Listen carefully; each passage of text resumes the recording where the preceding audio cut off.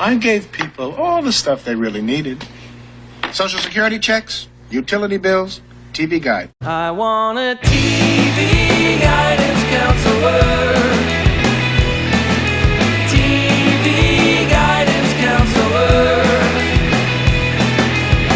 Staying up to watch all night, and everything's gonna be alright with my TV guidance counselor.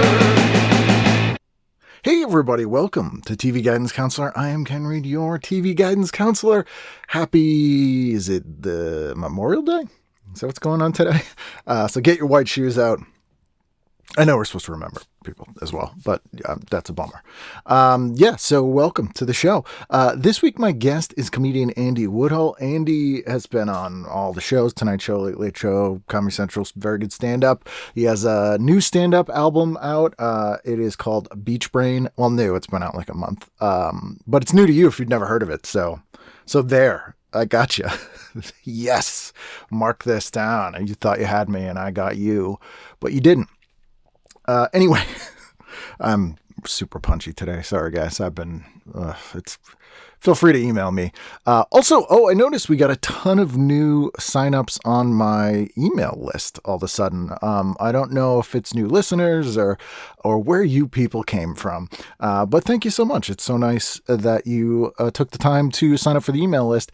I almost never use the email list, but I sent out an email last week to everybody, including the new users, new signups, to see if you guys would like me to send out weekly, monthly, quarterly thing.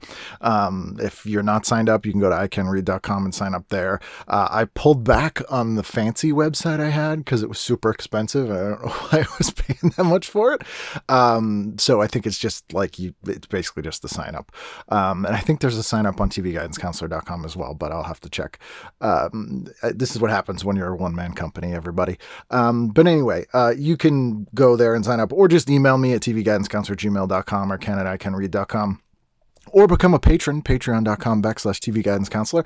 And if you gave $5 or more a month, you would have got a PDF of this very issue of TV Guide that Andy and I look at. It's there right now. You can go on the Patreon and download that PDF if you are $5 or more a month. And you actually have access to all the PDFs that we've done on the show so far. So if there's a week that you would like and it's not in there, let me know as well. And I will try and find the time to scan it for you. It takes me, depending on the issue, because some of the issues are longer than others. It takes me a few hours to scan an issue, which sounds insane, but it's usually while I'm editing or doing other stuff. But anyway, no one asked me that, and you don't need to know that. So please sit back, relax, and enjoy this week's episode of TV Guidance Counselor with my guest, comedian Andy Woodhull. TV is my friend, and it has been always there for me in time of need. Live via satellite from Los Angeles, Andy, how are you, sir? I never thought of internet stuff as live via satellite, but I guess it is. It is, and I feel like I should go out of my way to say it because they used to make a big deal out of it on TV, and we're just casually doing it. Satellite's pretty cool. Pretty cool. It's a satellite. Coast to coast. You take it for granted. Live. What's this from? Yeah. Satellite? I don't know. It's definitely not a big wire. Like if we had two tin cans and a really long live from a rope. From a really taut rope. On tape, sort of. And people don't call Los Angeles the coast anymore. And I Is that right? They don't call it the coast? I've never heard people say I'm going to the coast. That's true. That is true. You don't really think of Los Angeles. You think of it more of a city than as a coast, for sure. Did they mean West Coast? Yeah, West Coast. Is that what it was West short coast. for? I would say coast to any coast, though. Just, right. That's what I'm saying. If I was go to the coast, you wouldn't be you must mean Los Angeles. Mm-hmm. There's, I'd say a good 30% of the country that's on the coast. Yeah. Population-wise, for sure. Something around there. Yeah. And I'd be Costa Rica. But we're not here to talk geography. Aren't we? Which podcast is this? Oh, well, it's the Geo cast podcast. Actually, I used to have a bit on stage that this never worked, ever. And I'm sure we all have one of these that we're I don't care. This is gonna work eventually. And it was about how mad I was that people abbreviate pornography to porn when it should be porno. Like it's the O. It's so much better with the O. And how when all the other ographies you should always have the O. Like I was like, me and my friends, we love maps and we call it Cardo. Oh yeah, Cardo. For cartography and that kind of stuff. And then people were like, I don't know what the hell you're talking about. But that's just me. I'm like, I'm not going to do some cart. So you picked an issue here. This, I presume I know why you picked this, but this is from May 9th to the 15th, 1998. This is the final Seinfeld. It's the final Seinfeld. I mean, I didn't pick it because it was the final Seinfeld. I picked it because, I don't know. I was looking through these things and nothing was jumping out at me from the covers. I don't know. I don't know that I've ever read a TV guide before going through this. I feel like they were around, but I don't know that I ever lived in a home that subscribed. I'm very unfamiliar with. I didn't know how the format worked. I think the font's too small. I'm admitting I need glasses, maybe. If the font's too small, you're too old, bro. That's what it says in the front. They got my ass. Yeah, they got you. So were you in Central Time in Indiana? Well, when I was living in Indiana, it was a time when Indiana did not recognize daylight savings time. So half the time we would be on Eastern Time and half the time we would be on Central Time. That's just, I love the refusal. I loved it too. I was honestly proud of it. I was sad when we finally, as a state, gave in and started doing it. I loved that my state was like, it's dumb. We're not doing it. I thought it was cool. I thought we were real badasses to just, we don't spring forward or fall back. The time is the time, freaks. Could you imagine on a personal level taking that stance? Like if someone's like, it's 2:00 and you're like, fuck you, it's 3. I can't imagine. I like, think no, that's something it's I'd 2:00. like to do. No, it isn't. Half of your year is just a huge pain in the ass to everyone you're around. I told you to be here at 2. Yeah, it's 2. It would be very good. My mom, my parents live on East Coast time, and every time we talk, there is something that comes up of your time or my time. Your time or my time. Yeah. Is it your time or my time? And you don't. Yeah. You don't fast times her and go, isn't it our time? Well, your time is pretty late.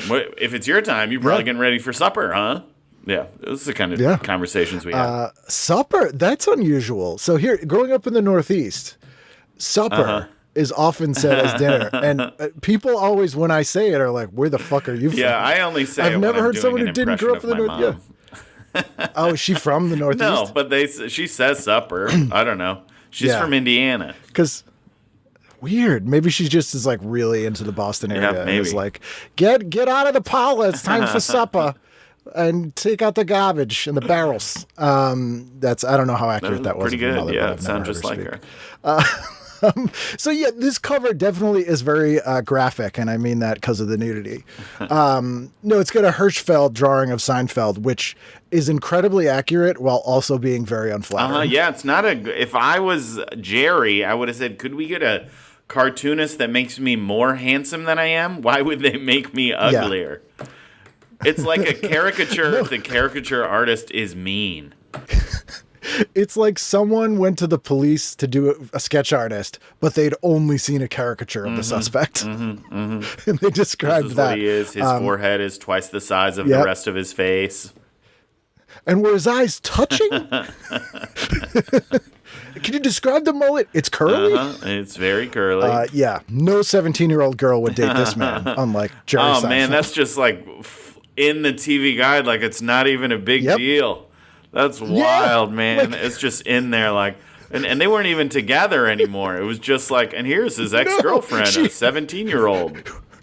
Once she turned 17, he was out of there. Man. It was like, to this day, you've heard him like flip out about Bobcat, like how much he hates Bobcat because Bobcat constantly reminds everybody. It makes him so mad. But yeah, there's an article. I mean, there's all these articles in here about Seinfeld. Like, I don't forget how much of a phenomenon it was, but literally you have like 40 pages of a massive magazine. Oh, yeah. I mean, it was like all the minutia. As big as TV shows get now when people talk about Severance or people talk about Game of Thrones, Seinfeld was so much bigger. It was Yeah. everyone was watching it, and everyone was talking about it, and it was such a big part of my life. There's like stuff in my life that are from Seinfeld that I forget are even from Seinfeld. It'll be inside jokes with my friends and I, and then I'll catch a Seinfeld rerun, and it's like, oh, is that why we always take our shirts off when we go to the bathroom and then come back and it's hilarious? Yeah, that's from a Seinfeld episode. That's when we started doing that. There was an episode where George doesn't like to poop with his shirt on, and so you ate the candy bar out of the trash, right? Is that the same one? It might be the same episode. Yeah, I think that is the same episode. But it's just so many inside jokes of my friends were stuff from the show. And then another thing that's even crazier that I came up on my podcast organically one time was my dad bought a Playboy for my friend when we were 16. He kept asking for a Playboy for his birthday. I want a Playboy. I want a Playboy. So this is 1996. My dad just bought one for my friend. Did not consult his parents, I'm sure, because my friend was afraid to bring it home. So he kept it at my house. So I got a lot of use out of that Playboy. And I always remember. It's like those guys it was like, that have their own bottle at the bar. Jenny McCarthy. Jenny McCarthy was like the Playmate of the Month. And I always remember, like, wow, what a moment in my life that Jenny McCarthy. And so I was telling the story, and my buddies I was doing the podcast with looked up what issue it is. Seinfeld is on the cover of that issue. So, like, he's just, like, hidden in the back of my mind. I don't know. I got a Freudian Seinfeld thing, I guess. Your inner 17-year-old girl has some feelings towards Seinfeld. I guess. I mean, he's just always there. It is funny how Playboy also, especially in the 90s, like Maxim and stuff were way sleazy. Oh, sure. Yeah, they sure were, yeah. Like the articles were like, how to bang a girl who's passed out. Like there would be stuff like that. But then they were like, but this is okay because there's no nipples. Yeah. And it was like everything but nipples. And meanwhile, Playboy's like, we have some Rhodes Scholars writing articles in here, but it's pornography. But meanwhile, you can have Maxim at the bar. Yeah. What a time to be alive. Different time. We came of age in a different age. There's a weird thing in here where they have fans notes and they ask all these famous people what their favorite Seinfeld moment is. And it is just a bizarre collection of people where I'm like, were all these people in one place? Did they like Sean Colvin? I don't know who Sean Colvin is. She was a singer, like a folky country singer, like a Lilith Fair singer. And they call it fans notes. These are fans. But then she goes, I'm sitcom ignorant. So the only reason I've ever seen Seinfeld is that a friend of mine got addicted to it. Like she's like, I've seen it when I've done some gigs upstate. Like, that's not a fan. You included that in here. Just take a little dig at him. Yeah. Yeah. Chris Elliott's story is very good. What's Chris Elliott say? So he goes, I'll tell you a Jerry Seinfeld story that's memorable. When my show Get a Life first aired on Fox and Seinfeld first aired, it was around the same time. They're actually on at the same night, believe it or not. Surprisingly, Get a Life was doing slightly better. Jerry and I were sitting next to each other on a flight, and he was depressed that his show wasn't doing great. And I can actually remember saying, oh, come on, I think it's funny. I'm sure people will watch it. In about 6 months, I was off the air. He was through the roof. Very fun. Yeah. Chuck D they're asking Chuck D. He's got a favorite episode? Yep. My favorite is when Jerry is trying to guess the name of the woman whose name rhymes with a female organ. My wife is Seinfeld crazy. She says he talks about nothing but really delves into. Mulva. That's the guess that he makes. Mulva. Do you remember what the real name was? Here's Dolores. Yeah, that was real. I thought I had a piece of trivia. Yep. You knew it. My brain's broken. I'm sorry. Michael Moore, Gwyneth Paltrow, just Ethan Hawke, Lyle Lovett. Like, it's just a bizarre collection of people. And there's an ad opposite that, and it's Michael Jordan for Rayovac batteries. But my favorite part is Michael Jordan himself doesn't appear in this ad. It's literally a photo of a cardboard cutout of Michael Jordan. That's pretty cool. I wonder how much that cutout made. I know. Like, imagine being that famous where you're like, look, I'm not going to do this, but I can get you guys a cardboard cutout. I saw a funny ad in there just like of how big the show is. There was an ad in there for Pond's like blackhead strips or something like that, and the tagline is, "Was Seinfeld gone? Use Thursday to get rid of those blackheads." There's nothing else worth doing. I remember I graduated in 98. Me too. We're the same age. Oh, Look nice. at that. Nice, same age. Our valedictorian was this like nice, smart kid, and his speech was really dark. And it was like, you all peaked in high school, like you're all fucked. It was like this, like they didn't vet his speech at all. So they freaked out and they scrambled and they made the class president make a speech, like an impromptu speech for the graduation. Just like, you got to fix positive this real quick. And so the first line of her speech, I will never forget. She goes, "This year, with Seinfeld signing off and Dawson's Creek taking off, we too take off." Wow, she just came up with. I feel like she maybe wrote a speech that what she just in thought case that she was going to be asked and no one asked, and then oh, thank God I have this. That's too smooth. It was smooth. That's too smooth of wordplay. It'd be funny if that's the same speech she used for everything for the rest of her life. Like she's at a wedding, she's like, these two. With Seinfeld signing off and Dawson's Creek taking off. It's They too too good. take I off. immediately remembered it. Yeah, I don't remember anything else from my graduation, but I remember that. And a kid got maced. Oh, wow. Yeah, that was a good story. And he was screaming the lyrics to Third Eye Blind's Graduate while it was happening. Is that why he got maced? No, he was kicked out of school earlier because he was obsessed with this wrestler who used to spit like a cloud of poison in people's face at the time. Who was named like the Great Muda or something like that. And so this kid would stand by the water fountain all day and wait for someone to stand behind him to wait for water. And then he would take a mouthful of water and spit it in their face and yell this wrestler's name, and kept doing it. And then wasn't even going to class because he was standing in the hallway doing it. So they expelled him.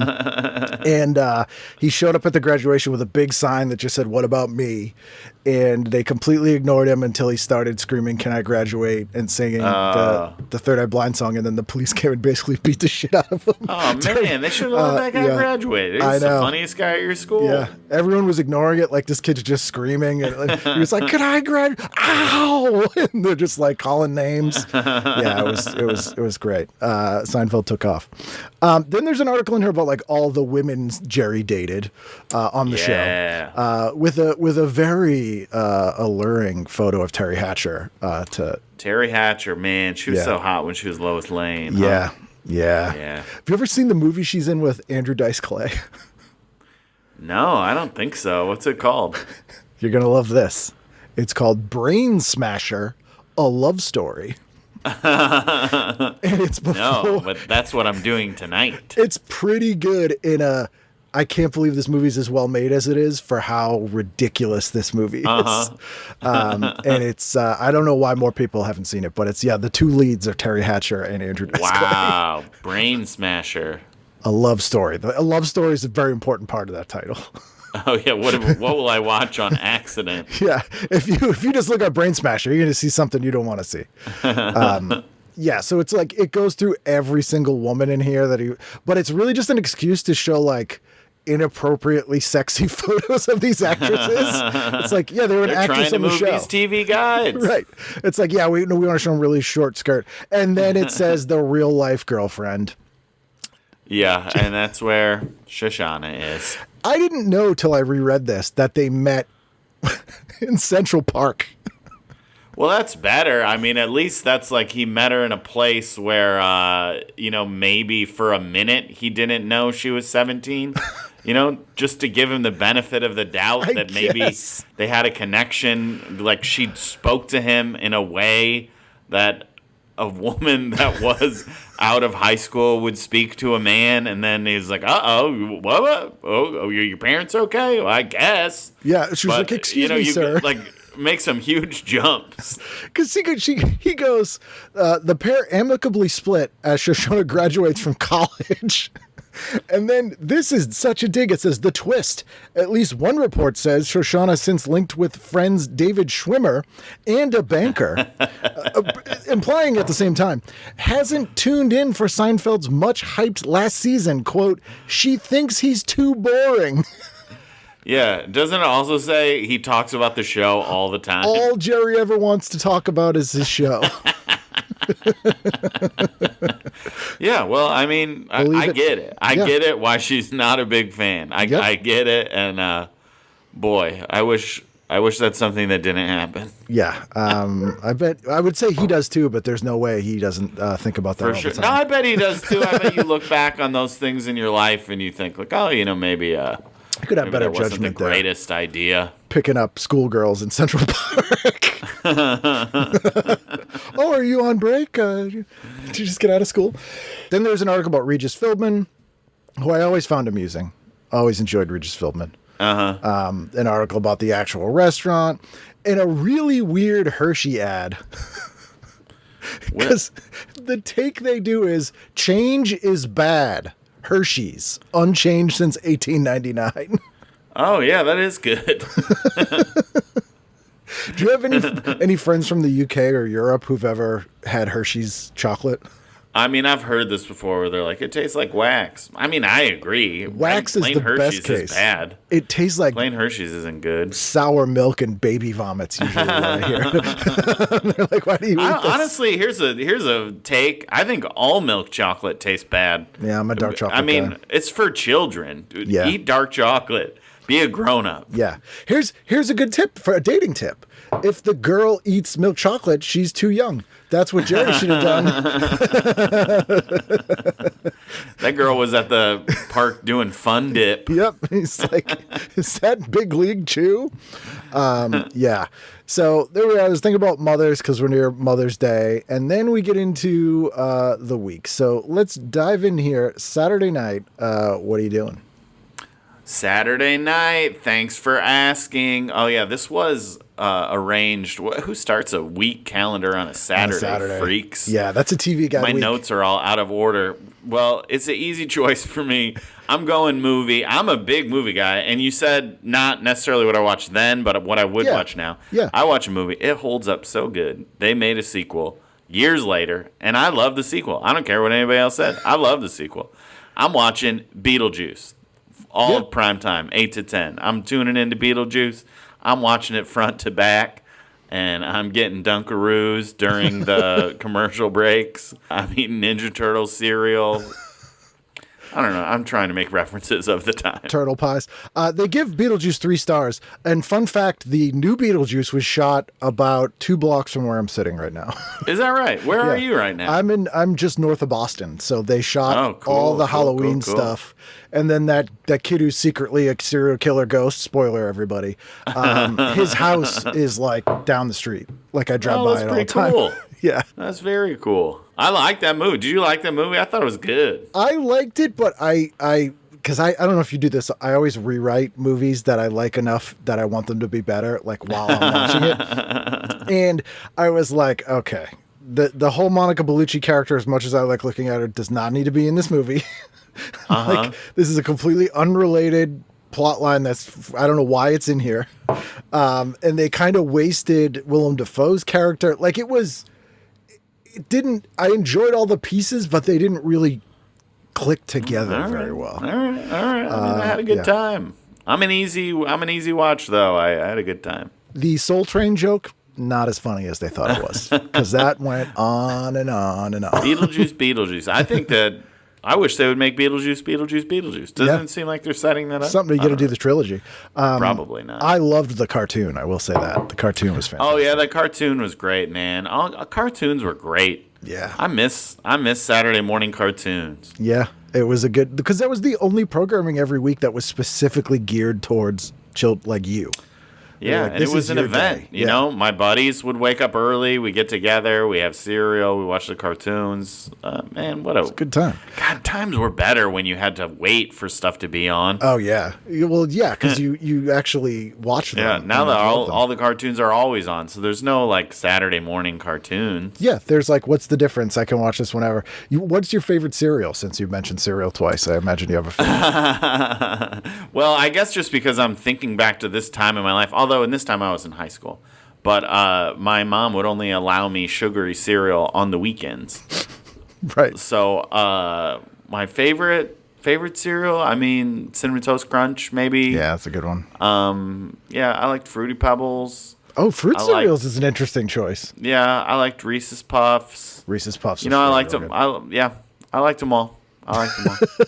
Like, the one good thing about my dad was he was in the military, and so he did all the food shopping because my mother refused.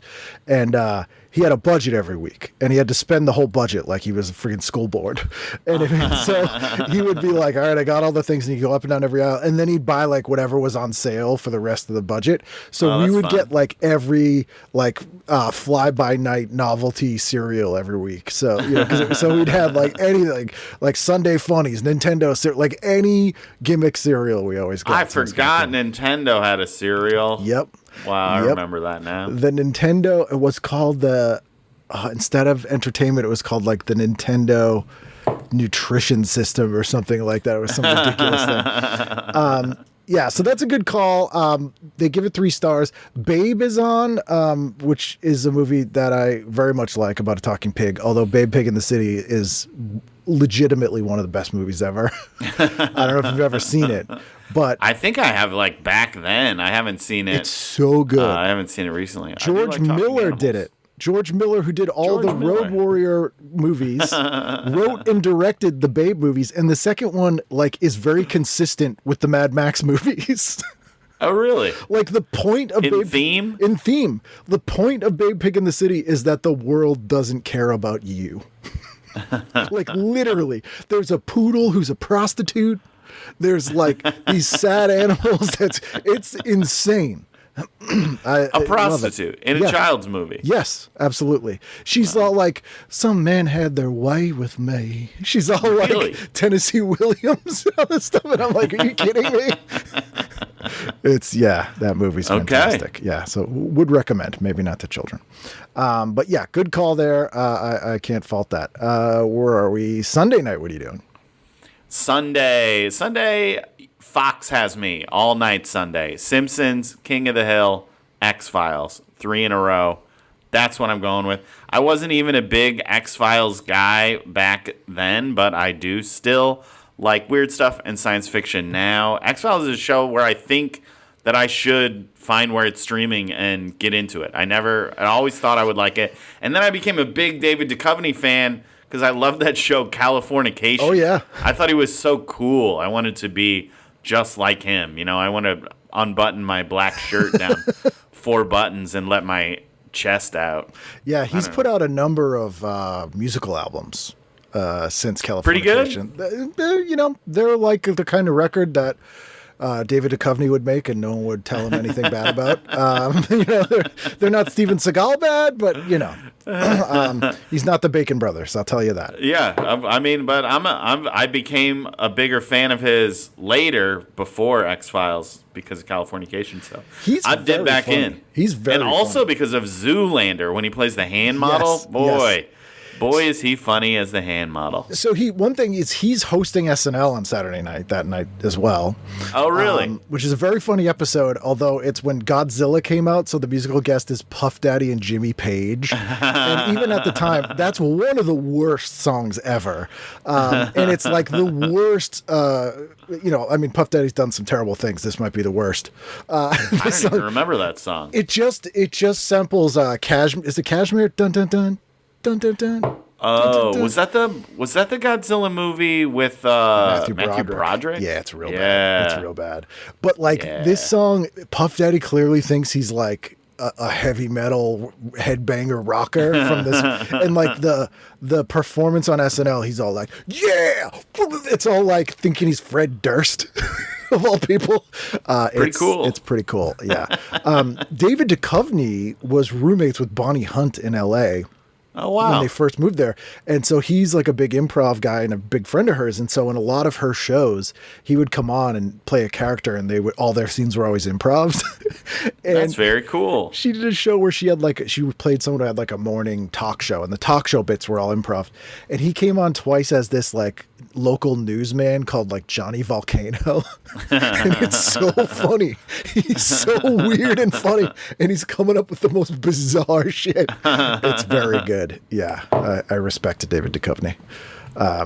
Yeah, I also, the full page ad for X-Files is a picture of his face, and it says, Has he lost his mind? I'm in. That's all I need. Yeah. Yeah. And I top loaded with Simpsons and King of the Hill, which are still on, and I still watch them, and they hold up, man. Yeah. And weird pairing. Like like big Fox shows, but like Simpsons, King of the Hill, I get those two. Then X-Files. Is that a big crossover there? I don't know. Yeah. I mean, for me. A whole night of fun. They Yeah, didn't have a full animation domination. Yeah, it wasn't that was yet to be conceived. And Family Guy hadn't come to us yet. Okay, Monday, what are you doing? Monday, finally to the top of my list. One where second. It'll feel more natural to not jump around. There's an ad in here that I did not see. You know the like BMG Columbia House 10 for a penny? Oh yeah. They would sometimes do those for that. videos, VHS tapes. This one is that for CD-ROMs. Oh man, you get 2 CD-ROMs for $1.50 or something like that. 2 I saw CD-ROMs that. for $1. You could get You Don't Know Jack XXL Huge or Compton's Interactive Encyclopedia for $1. Those Wow. two go hand in hand. Of You course. read the encyclopedia, then you can crush You Don't Know Jack. Oh my God, the Leisure Suit Larry collection. You want to get a little, but then like Driver's Education 98. That's one of the options. Yes, Driver's Education 98. Resume Maker Deluxe. I've been wanting to learn to drive, but I've just been waiting on a deal. I need the right CD-ROM at the right price. I think for $1, I'm going to get Driver's Education 98 and whatever Balls of Steel is. 'Cause that's another thing there. Balls of Steel. I think it's a workout video, and I think we all know what it's for. That's true. And didn't work. And we all tested it the wrong way. So Monday night, here you go. Top of your list. Sorry to interrupt you. Monday night, I am watching America's Funniest Home Videos from 8 to 9. I love it. Still love it. Let me tell you why. I'm not just watching for the hilarious videos of dads getting hit in the nuts and stuff like that. I'm watching because I am a part of the Vin De Bona family. I host a show called Totally Funny Animals. It's on the CW. It's made by the same company that watches America's Funniest Home Videos. I chose it as a flawless, seamless way to plug my own show that just got picked up for 100 more episodes. Congratulations. Vin De Bona, Boston guy, actually. He's Is that right? Boston guy. Which is why he hired Tom... oh my God, why am I forgetting Tom? Bob Saget? No, Tom... Bergeron. Because Bergeron was a local TV host here forever. And Vin De Bona saw him hosting our local Emmys and was like, this is the new America's Funniest Home Videos guy. And this is the era when Daisey Fuentes was hosting it with, I think it's John Fugglehorn or however you pronounce his name. Really? I don't remember Daisy Fuentes hosting it. Oh, yeah. This was right after Saget left. They were like, we can only replace Saget with a really hot Latina and a stand-up comedian. And wow, I'm not regretting my decision to watch this one. We're also going to I'm redo. excited for Daisy. We're going to redo the theme song in a ska style. Oh, did they really? I was yeah. big into ska too. What a choice I made. I didn't even know all the things I was going to love in this. I might reach out to Daisy now. Just let her, see if she's any tips. Part of the or family, anything. yeah. It was, the ska core redo of it. And I will say, America's Funniest Home Videos is consistently always funny. Like, few things make me laugh as much as America's It's funny. Funniest Home What Videos. you don't know about this company that makes the show is they have been getting clips since America's Funniest Home Videos first went on the air. Yep. And they still are getting clips. That's every clip. They get approval, and then it becomes like this currency in TV. Like, we need a clip. People will come to them and be like, "Hey, we need a clip," and they have a database of over 3 million clips. So it's just like it's a machine, man. And they got the funniest funny clips. You name something, they got it over there. It's wild. Just like learning a little bit about the business of clips, they never go away. They're just there. They're there forever. That's like the Facebook version of like, well, the real money's in the data mining. And they're like, the real money is if someone calls up and we're like, dude, we need a clip of an ape sniffing his finger and passing out right now. Yeah, they're like, we got 100 of them. Yes. Here you go. Grandma on fire? Here you are. Which finger? Falls forward or backward? What do you need? One of my favorite ones, and I try to explain to people why this was funny and it never works, is these two dudes are driving and the driver has like a bug on his back and he's like, dude, there's a bug on your back. And the guy goes, Steve, no way, Steve, no way, Steve. And then pulls over and like just jumps out of the car and is like rolling on his back screaming, no way, Steve. And for whatever reason, it kills me. Huh. Yeah, that's pretty wild. Yeah, that's a good one right there. No way, Steve. And much like your Seinfeld, my wife and I often say, no way, Steve, to this day. And I often forget where it comes from. There is a show called Contestants Tell All, Secrets of Beauty Pageants Exposed, which I imagine is just people talking about being assaulted by Donald Trump. That's why I didn't pick Miss Universe. I don't want to support him. Yeah. Yeah. That was on there. My I don't God. remember if that's the same day. I love that they counter program that with, here's a show about people being assaulted on the sets of this thing you're watching on the other channel. I So flip make you back feel and bad. forth. I like to see the whole story. And then you forget which one it is. And you're like, wait a minute, is this the expose or the real one?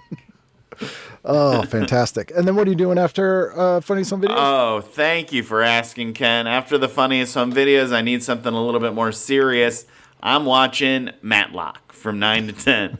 Nice. Another show that I never watched when I was young. I thought it was for old people, but now that I am old, I think it seems like a show that I would like a lot. I like courtroom stuff. I like mysteries to be solved. I think I really be into Matlock. You would like Matlock. I've found my appreciation for Andy Griffith has grown exponentially the older I get.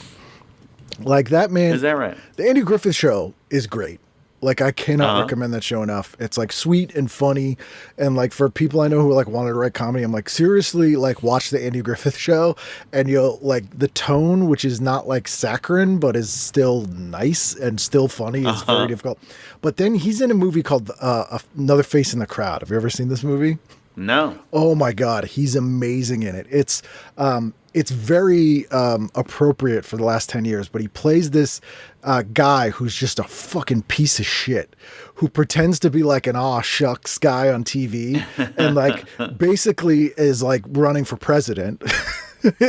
And it's like this expose of like this con man who's like, I'm just like you, but he's so good in it because he plays that well and then snaps into like this just fucking son of a bitch evil guy.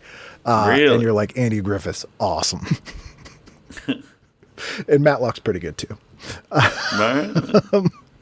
Then we are on Tuesday. Yeah, Tuesday, I'm starting off hot with JAG. Jag, give me more courtroom drama. Give me that Judge Advocate General. It was one of my dad's favorite shows. That's what it stands for? Yeah, Judge Advocate General is what it stands for. I think it was in the commercial or something because it's in my mind what it stands for. And my dad would watch it. It was one of the shows where I'd be like, ugh, this show. And I would go do something else, Yeah. Back when there were choices of what you could do. It wasn't only TV, and sometimes you would play. So, Read a book? Yeah, JAG is how I'm starting. I'm starting with JAG. So, I'm first getting of all all, hopped up. I want someone to have a Jag rewatch show called Jag Off. Like it has to happen. I don't know why it's not currently happening. I think it could be you. You could be the JAG rewatch. Someday You could I'll be the JAG off. I'll be the Jag Off. But the other thing is, I also love a courtroom show, and my favorite courtroom show, aside from People's Court, sort of its own genre, is The Good Wife Night and The Court. Good Fight. I do love The Night Good Court. Wife. It's so funny. My wife was on My Good Wife was on a real Good Wife Oh, really? What episode was she on? kick recent. She's watched them all. She watched all of them. Well, I don't even know who it is, but there was a character that dies eventually, Yes. and I think she maybe stopped watching after that character died. It's shocking. 'Cause, It's one of the most that shocking was her moments in favorite television. part. Yeah, it's that episode particularly is like a gut punch, and everyone I recommend that show to, I don't warn them, and I'll get like an email in like a month and being like, "You son of a bitch." That's so funny. Yeah. But now you're invested. But that is legitimately like far and away the best court show. Like the court stuff is amazing. She's pregnant. In the early stages of her pregnancy, all she wanted to do was cry and watch The Good Wife. Those were her things. That's my what she was up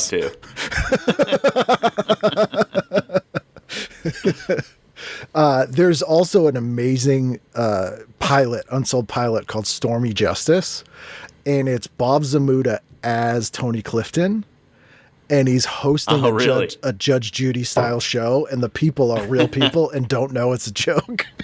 It's so funny because it's on YouTube. I highly recommend watching it. It is very funny. I gotta check that out too. Stormy Justice, because what he'll do is he'll start like yelling at one of the contestants, one of the plaintiffs or whatever, like he's on their side, and then totally not be. Like he just keeps flipping over and over again, and his arguments make no sense.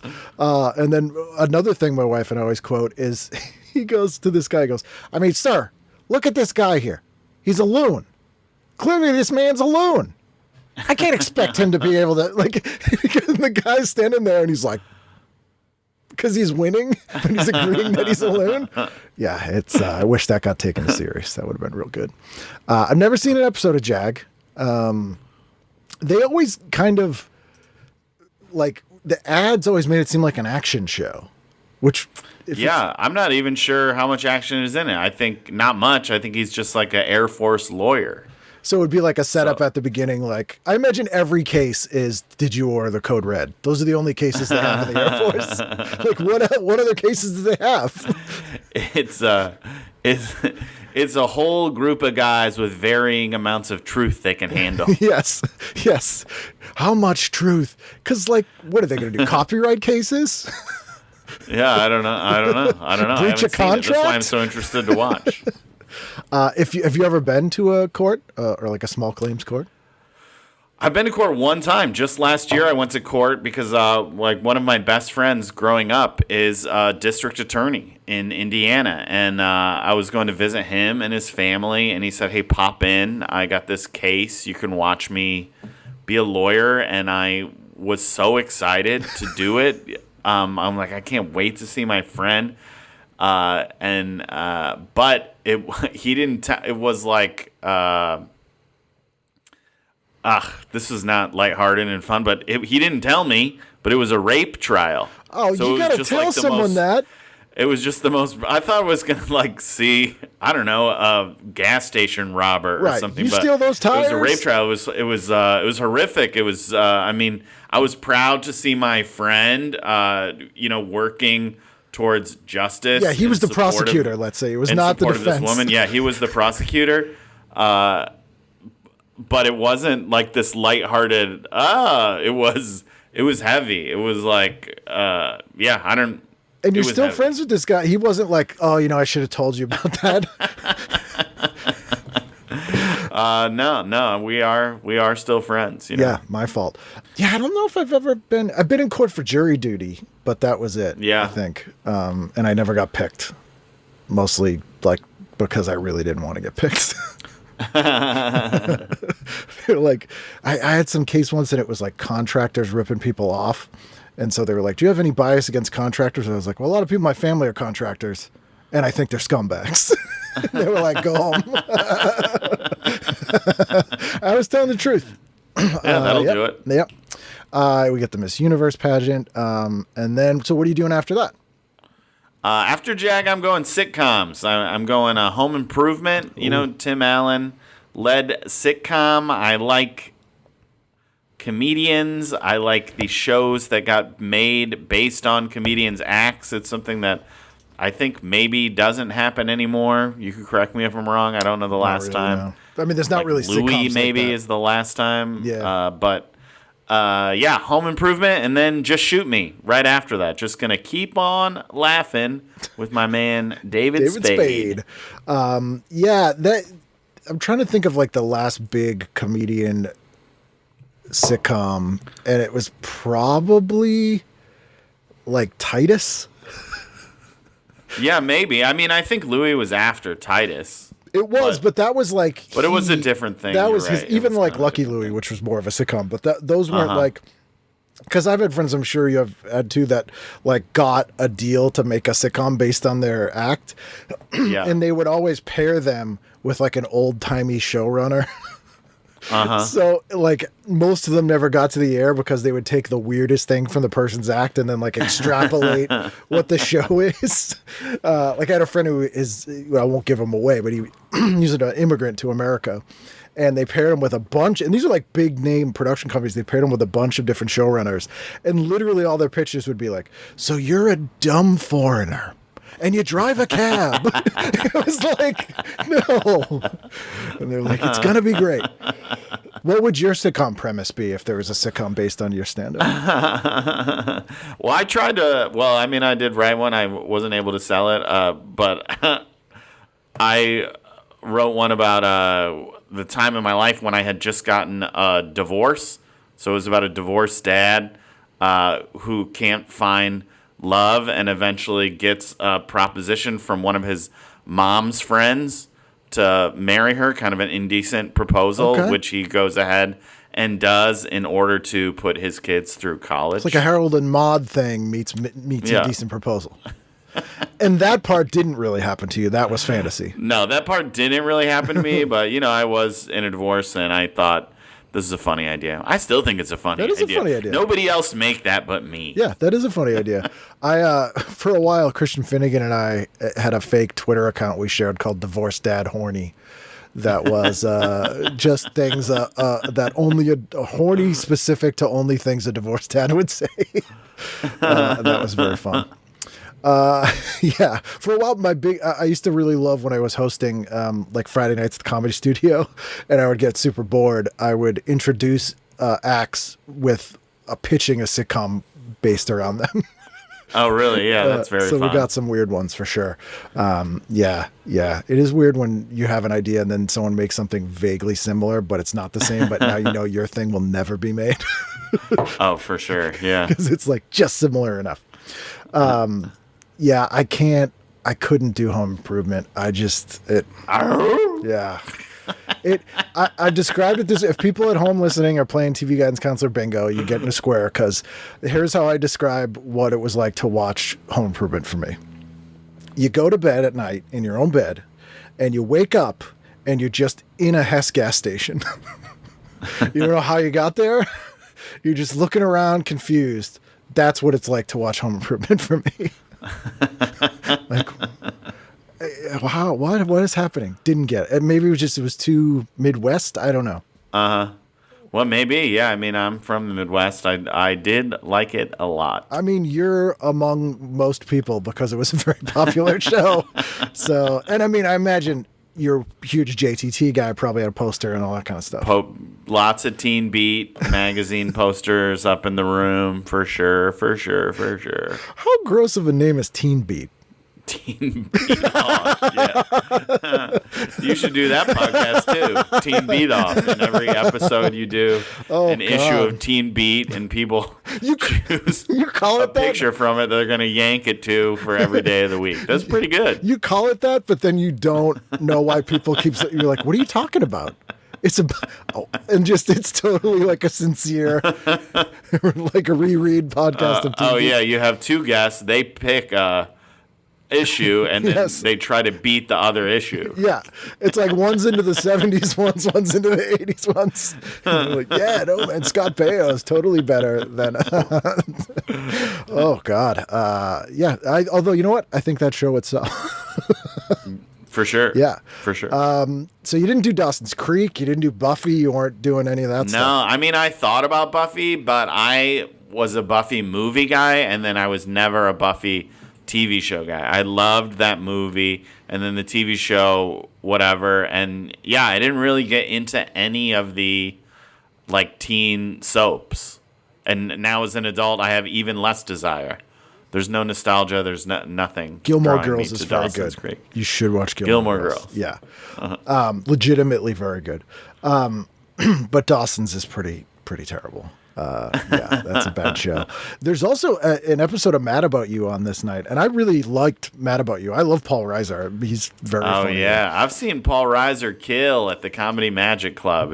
You see someone like that that's just been famous your whole life. And then, wow, he still has it. He is a comedian. He's a legit killer comedian, and when he's still doing comedy, he doesn't have to. He's one of those guys that's like, I like doing it because I'm good at it, and he's just like awesome. And then a good actor. He's in like Diner and Aliens and all these movies. Yeah.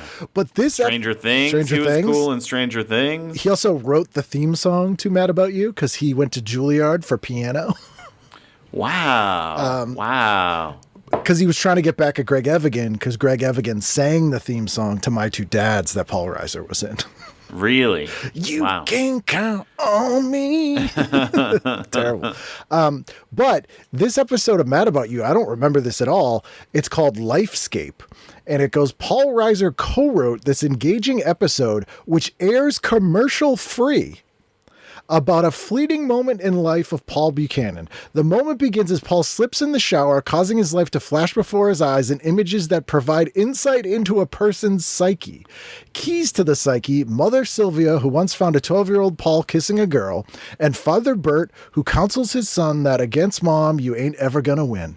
Nor, it seems, can he win against Jamie, who cites his inability to lie. Could Paul ever fib? Sure. And images involving Ira, bringing in the last examples. But can Paul ever win? The answer is epiphanic? Epiphanic. What the fuck word is epiphanic? I don't know. We'll never know. Epiphanic. I've never seen that word in my life. You're going to have to watch the episode to understand. Why? First of all, how unusual is it to air commercial free on a sitcom? Yeah, it's a very special episode, it sounds like to me. What kind of juice did Reiser have? It was like, guys, look, I'm going to run an episode about me falling in the shower and hallucinating, and I want uninterrupted 30 minutes. You can't interrupt it. You will mess with the flow of it. And they're like, we can do that for you. That's happening. That's cool. I can't think of another person who ever did that, just to be like, I'm not doing commercials, guys. It's not happening. Then on Fox, there's a show that I feel like I need to go back and watch, and it's called Busted on the Job 2. You won't believe what your coworkers are up to when they think no one is watching. I imagine this. I believe it, honestly. Yeah. The places I do believe what they're doing. It's got to be people just peeing in things and boning, right? Yeah, that's what I was up to. This description is a compilation of surveillance footage from companies and businesses in which employees are discovered engaging in questionable activity. Why was that explanation necessary? I forgot. I mean, I don't know that I was aware of reality style shows around this time. They were definitely around, but they were there. They were more unscripted, I should say. Yeah, because that's almost like someone took the model of America's Funniest Home Videos and was like, okay, they're doing the funny ones. What can we get? We're going to do the gross ones. The gross ones. Animals attack, people peeing in your food. And then we also had like Rescue 911, which was real phone calls, but reenactments. Yeah. I remember I worked at a place once. I worked for the operations manager, and he had this bank of TVs in his office because there was security cameras at this company. And this guy was like super straight-laced, never made a joke, good dude. But he was in the middle of talking to me once, and then he looks at the cameras, at the screens, and he goes, "A lot of people in this company act like they don't know there's cameras everywhere." Anyway, and then just went back into like whatever he was saying, and I never asked, and I don't know. I think it's better that way. That's very funny. I was like, all right. I bet he saved some of the good ones. I'm sure. Wouldn't you? That guy's still watching you every night. Yeah. Hey, it's free. Smiles are free. Take a picture. It'll last longer. That's what I say. That's when I was in college. I was young and thin and good looking, so I don't mind. Every night, also, Seinfeld's on some show. Like, he's getting interviewed on Dateline. Like, it's all Seinfeld all the time. Because people can't get enough. Yeah, good time to be a fan of Seinfeld this week. There's a contest in here where you can fill out this sweepstakes for the Cappuccino Coolers Spa Sweepstakes. These are General Foods International Coffees have a contest, and it's just the entry. There's no like big page of what you'll win. And I'm reading the fine print to see what winner will be. Okay, grand prize package. spa package for 2 to a local spa or beauty salon, incorporating the services available at such spa, up to an approximate total retail value of $500. Wow, what a prize package. That is, they managed to make the idea of a spa sound so boring.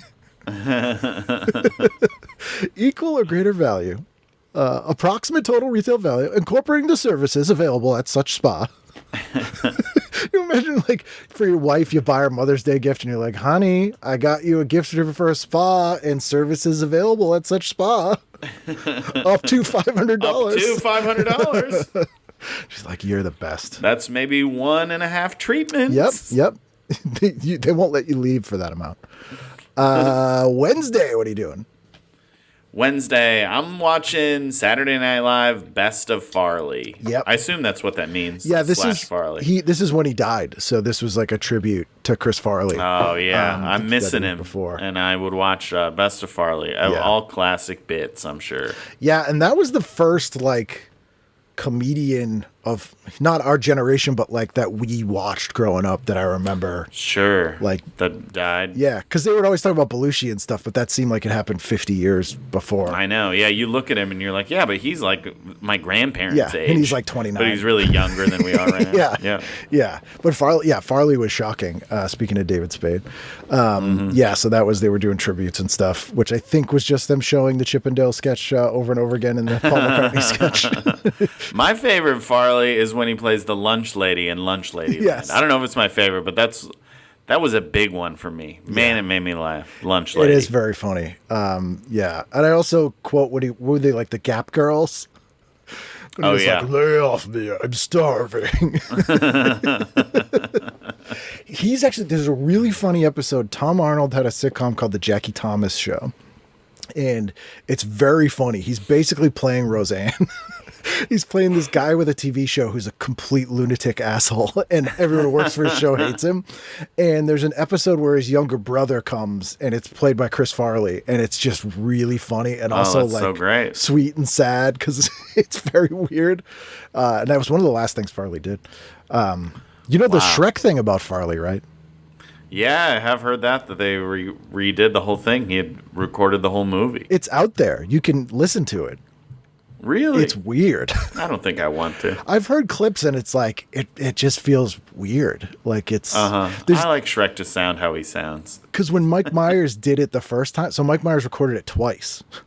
The first time he did it kind of doing a Chris Farley voice.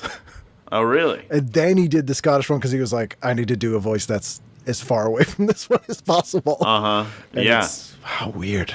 The Scottish one works really well because of fairy tale stuff. It seems like an American accent doesn't work in honestly stuff. You got to be something else. I love Farley, and when I listened to it, I was like, I don't think this works. Like, I don't know if this would have been as good. So you're going on record now saying you're glad he died and didn't ruin Shrek. Yeah, because I think Shrek would have just been a piece of garbage if he'd stuck around. And God, I just had this idea like the producers is like a conspiracy. Like, look, we want Myers, but we're bound with this contract. God. Oh, poor guy. No, Beverly Hills Ninja. That's a classic. So this is Saturday Night Live remembers Chris Farley. On up against something called The Living Edens, Bhutan, The Last Shangri-La. That's what's against Chris Farley. And a thing that's not touched by an angel. It's a show called True Stories from Touched by an Angel. And it's just like From the Set. An evening of behind the scenes miracles with real people whose lives have been touched by the hit series. Plus, guest stars share their personal stories of how Touched by an Angel changed their lives. And then the first interviewee it lists is Bill Cosby. Oh boy. It's Touched by an Angel. I think he might have touched that angel. Oh my God. True Stories from Touched by an Angel starring Bill Cosby. Are you kidding me? Oh, that's bad. That's bad. Yeah, in Chicago Hope. Thursday night, what are you doing? Well, let me finish telling you about Wednesday. Oh, yes. After I watch the hour of Chris Farley, I'm going to just watch the second half of Terminator 2 Judgment Day. I've seen it enough. I can just come in and watch the final fight scene. Yeah. And that's how I'm going to feel better after how sad I am at the Farley The Farley thing. Yeah. I used to go back and forth about T2 being better, but I think I've landed on the original Terminator as the one I prefer. Oh, really? But T2, I don't think we could properly convey to people younger than us how big of a deal T2 was summer of 1991. It was awesome. It was- There was like 6 catchphrases that came out of it. Yeah. Yeah. And it looked cool as hell. The video game was in every theater that showed it, where you had the Uzis. And yeah. It's the woman who is in Near Dark and plays John Connor's foster mother, I think, that the T-1000 is impersonating and has the dad killed. She owns a bra store in Burbank for women with big boobs. If you ever want to go get your T2 Laserdisc signed, T2 CD-ROM, she owns a store there. What'd she call it?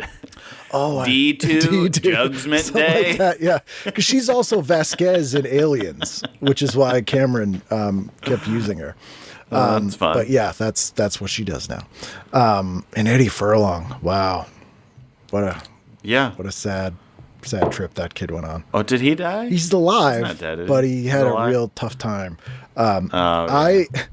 After Well, he went through a lot in He that movie. I certainly mean, the did. Terminator was chasing. I mean, he was the man who was going to save the future. It's John Connor. I got roped into auditioning for the part of Robin in Batman Returns in 1992. Oh, really? This is pre... Roped into? What a sick part. What a wonderful, rich life you've It would have lived. been amazing because I used to do martial arts at the time, and they were like scoping the martial arts students. But the woman who was casting it cast Eddie Furlong in Terminator 2 and did not shut up about it. Yeah, I got that guy. She's like, well, see, I knew he was it because all these kids at the YMCA were auditioning, or Boys and Girls Club or something, and he told me to fuck off, and he was not interested, and he was playing pool, and I said, this is our kid. I'm like, okay. Wow. How did O'Donnell beat you out for the part? I know. mean, he's not doing martial arts or anything. Here's the weird thing. O'Donnell didn't beat me out for the part. You know who did? No. Marlon Wayans. Oh, I guess I do kind of remember that it was going to be Marlon Wayans. They hired him to do it. He was set to shoot. He had costume and everything, and then they never shot any of his scenes, but he got paid for the whole movie. Wow. Yeah. But I did get to do I got to do a callback and an audition on tape. That was pretty exciting. That's pretty cool. In the costume? No. That would have been good. That's awesome. And then I got to audition for The Good Son as a result. It's a terrible Macaulay Culkin movie. Oh, Massachusetts movies. Oh, yeah, he's a bad guy in that. Yeah, right? yeah. Isn't he a bad guy? Yeah, he almost kills Elijah Wood. He's trying to break. That was his version of being in Poison Ivy. Like post Home Alone. Drew Barrymore's doing Poison Ivy. He's doing The Good Son. That's how they did it then. All right, so you're doing that, and then you doing Seinfeld finale? Yeah, of course. I'm watching the Seinfeld finale. I mean, everyone's talking about it. Yeah. I got to talk about it. And I don't hate it as much as other people do. It's not in my top 10 favorite episodes, but I like that they refuse to do any and they live happily ever after. They just kept, they came up with a way to end the show that was equally as ridiculous as the rest of the show. And I'm perfectly fine with it. I do like the Curb season where they redo it. It was very fun. But, yeah, I'm watching the finale. Yeah, the bookends of the first and last episode make it worth it. That final conversation in the jail being the first conversation for the first episode. So it's this total. But yeah, there's no way that episode was going to live up to the hype.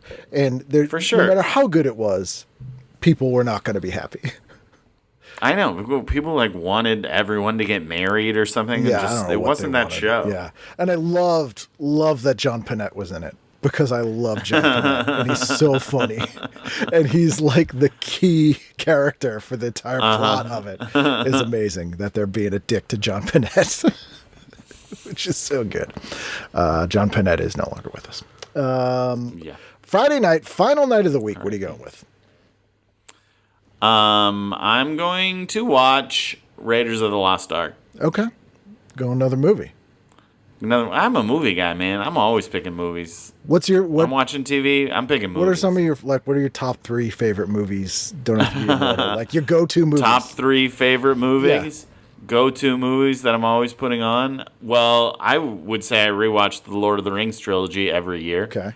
I love those. I mean, if you just ask me what's my favorite movie all the time, Airplane is the answer. Airplane is really good. I don't know if I watch it as often as I watch Lord of the Rings because I watch that every year, but I think Airplane is a perfect movie and just the best kind of comedy. Yeah, Airplane is fantastic. Airplane is really good. Top Secret's really good too. I also love Top Secret. Yeah. I also love Top Secret. Yeah, yeah, it's close. And I love the Naked Gun movies. They're fantastic. Police and Squad. I'm excited for this new Naked Gun movie. That's gonna be weird. Police Squad was such a funny show. I can't believe they got it on the air. 6 episodes makes sense. People in 1982 must have been like, "What the fuck? What is this?" Because it is just. I've never seen an episode of the TV show Police Squad. Oh, you gotta watch it. It's they redid a bunch of the jokes for the movies, but it's so good, and you will not believe that it was on a network television. like how did they get away with this? Because there's no way an executive would be like, this seems fine. Yeah. This can go on after Hill Street Blues. This is fine. Wow. I would watch X-Files, but also the show Millennium is on, which was sort of an X-Files, wasn't quite a spin-off. It was Chris Carter, it was in the same universe, and it got canceled after 2 seasons. It was supposed to run until the Millennium, but then they wrapped up the plots in the X-Files. But this particular episode kind of bummed me out because it says, season finale, 5.9 billion people will die. A killer virus is unleashed all over the world, and there's only 1 drop of vaccine left. Tonight, the end begins. Wow, intense. Yeah, that's pretty heavy. And then there's a really bad show that did not last long, and it stars Lou Diamond Phillips, and it's on UPN, and it's called Extreme Justice. Vigilantes in Blue. Lou Diamond Phillips is a former cop asked to join an elite group of vigilantes. I'm like, I mean, that sounds good, but I think I'm happy I'm watching the best Indiana Jones movie the whole time. Did you say it was Raiders of the Lost Ark? Raiders of the Lost Ark. That is not the one with the heart ripping out. It's the Nazi one. It's the first one, right? No, it's the Nazi. It's the face melting one. Yeah. I'm a huge movie guy, and I am really not well versed in Indiana Jones, Star Wars, Karate Kid, and I've never seen any of the Lord of the Rings movies. Really, never have? No. Well, and they're great. Peter Jackson. You probably hate it. I'll be honest. If we're the same age and you haven't seen it, you shouldn't see it because you probably don't like that kind of movie. Otherwise, you would have seen it by now. Yeah. I love Peter Jackson. Yeah. Like, I was a huge Peter Jackson fan before he made the movies and then just didn't see them, like, not intentionally.